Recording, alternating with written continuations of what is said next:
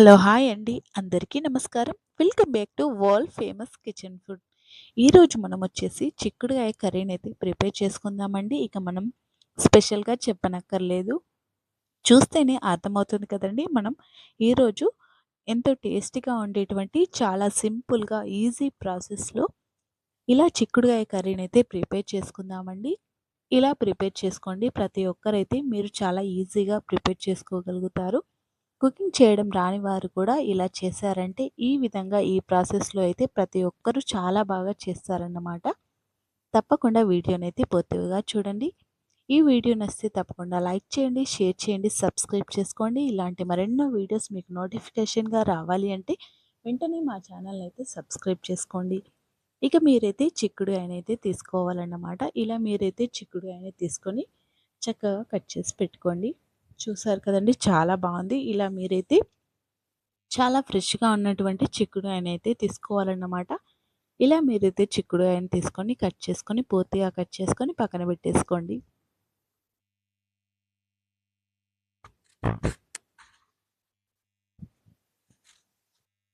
ఇలా మీరైతే చిక్కుడుకాయని పక్కన పెట్టేసుకున్న తర్వాత దీన్ని అయితే కడిగి పక్కన పెట్టేసుకోవాలన్నమాట.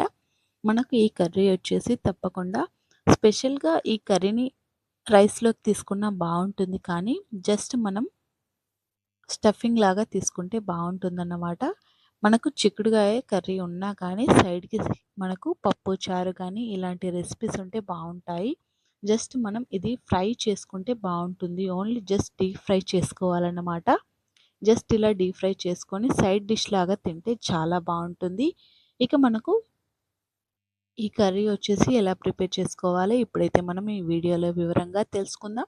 ఈ కర్రీ వచ్చేసి చాలా సింపుల్గా రుచికి తగ్గట్టుగా మీరైతే పచ్చిమిర్చిని అయితే వేసుకోవాలన్నమాట. పచ్చిమిర్చిని వేసుకొని ఇందులో ఒక మీడియం సైజులో ఉన్నటువంటి ఉల్లిపాయ ముక్కల్ని అయితే వేసుకోండి. ఆ తర్వాత అల్లం వెల్లుల్లి పేస్ట్ని అయితే వేసుకోవాలన్నమాట.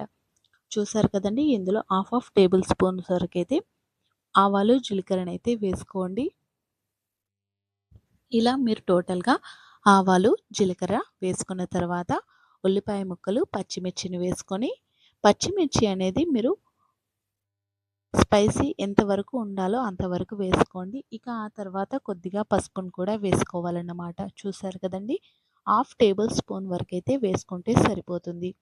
మీరు చిక్కుడుకాయలను అయితే చక్కగా కడిగి పక్కన పెట్టేసుకున్నారు కదండి. అందులో నుండి మనమైతే డైరెక్ట్గా మనం తాలింపులో వేసేయాలన్నమాట. ఎందుకంటే మనం ఇలా డైరెక్ట్గా వేస్తున్నప్పుడు వాటర్ అనేటివి మనకు కొద్దిగా వస్తాయి కదండి. అదే వాటర్తో చక్కగా మనకు చిక్కుడుకాయలు అనేటివి ఉడికిపోతాయి. కాబట్టి ఇలా మీరైతే ఎంతవరకు తీసుకున్నారో అంతవరకు అయితే చిక్కుడుకాయనైతే ఇందులో వేసుకోవాలన్నమాట. మీరు డీప్ ఫ్రై చేసేయాలనుకుంటే ఆయిల్ అనేటివి కాస్త ఎక్కువగానే వేసుకోవాలి.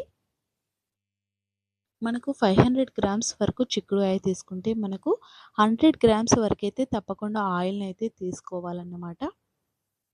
కాస్త ఎక్కువగా తీసుకున్నా పర్వాలేదు, కానీ తక్కువగా అయితే తీసుకోకండి. ఎందుకంటే అడుగంటిపోతుంది. కాబట్టి మనం డీప్ ఫ్రై అంటే బ్లాక్ ఫ్రై లాగా చేయాలనుకుంటే ఆయిల్ అనేది కాస్త ఎక్కువగానే వేసుకొని చక్కగా ఫ్రై చేసుకోవాలన్నమాట.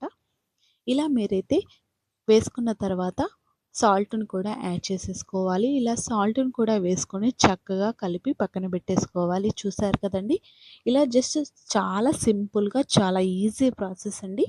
ప్రతి ఒక్కరూ చేయగలుగుతారు. ఈ వీడియో చూసారంటే మనం మధ్య మధ్యలో టేస్ట్ ఎలా చూస్తే సరిపోతుంది. సాల్ట్ అనేది రెడ్ చిల్లీ పౌడర్ వేసుకోవాలన్నమాట. సరిపోకుంటే ఇలా వేసుకొని ఇలా కలుపుకొని మూత పెట్టేసామంటే కర్రీ అనేది చిటికెలో అయిపోతుంది. జస్ట్ మనకు ఇలా కలుపుకొని ఒక 10 మినిట్స్ పాటు లో ఫ్లేమ్లో ఉంచి ఉడికించుకున్నామంటే చక్కగా ఫ్రై అయిపోతుంది. చూసారు కదండి, చాలా ఈజీ ప్రాసెస్. ఈ వీడియో నచ్చితే లైక్ చేయండి, షేర్ చేయండి,